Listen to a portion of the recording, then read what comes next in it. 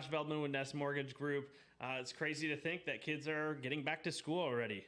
My son this morning had his first day of school, and I know a lot of you also have kids that are either starting this week or next week. So I just pray that everything goes well and that the kids have another great year. So in terms of housing market, let's talk a quick update here. So we are starting to hear talks of a housing recession, and I just want to break that down a second because we're gonna start seeing articles about this if we haven't already. So there's a big difference between a housing recession and a housing activity recession. A housing recession is where we actually see home values depreciate. We're definitely not seeing that. Have we seen some repricing? Yes, we have, and that was really just from a big adjustment from being able to get 18% growth year over year to a much smaller number. Still growth, albeit.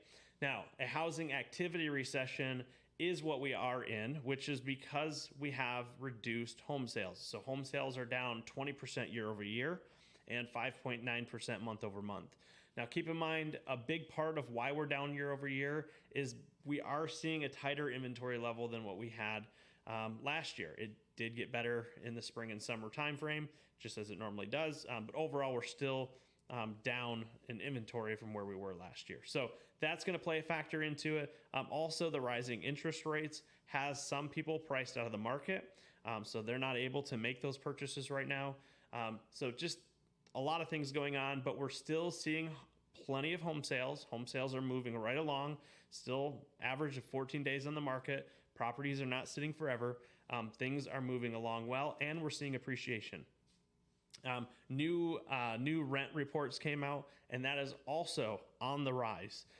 That is just going to help further support the home values that we're seeing right now, because at some point, people that are renting are going to see the value in homeownership, and they are going to make that switch to becoming a home buyer, which is going to continue to feed into that inventory issue.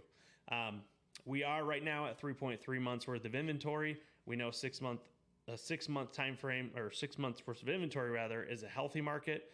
But that 3.3 months is probably closer to, 2 months, maybe a month and a half. And the reason for that is because that does not take into consideration the properties already under contract. So we have to consider that most of those properties, maybe not half, but a good portion of those are already under contract.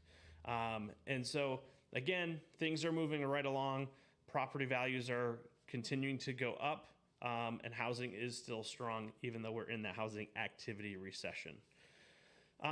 Last week, we did get the Federal Reserve's meeting minutes.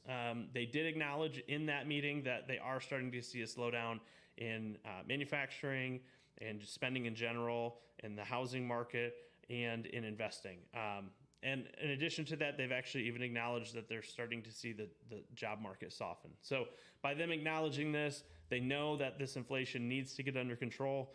And when they meet again in September, they're likely to increase the federal funds rate again, maybe only 50 basis points, maybe more aggressively, in hopes to try to get that inflation level down and to get things in a better position overall from the economy standpoint. If we're looking at the technical chart, we have been seeing the 10-year Treasury move up. Again, we were around 2.75. We're now up to 3.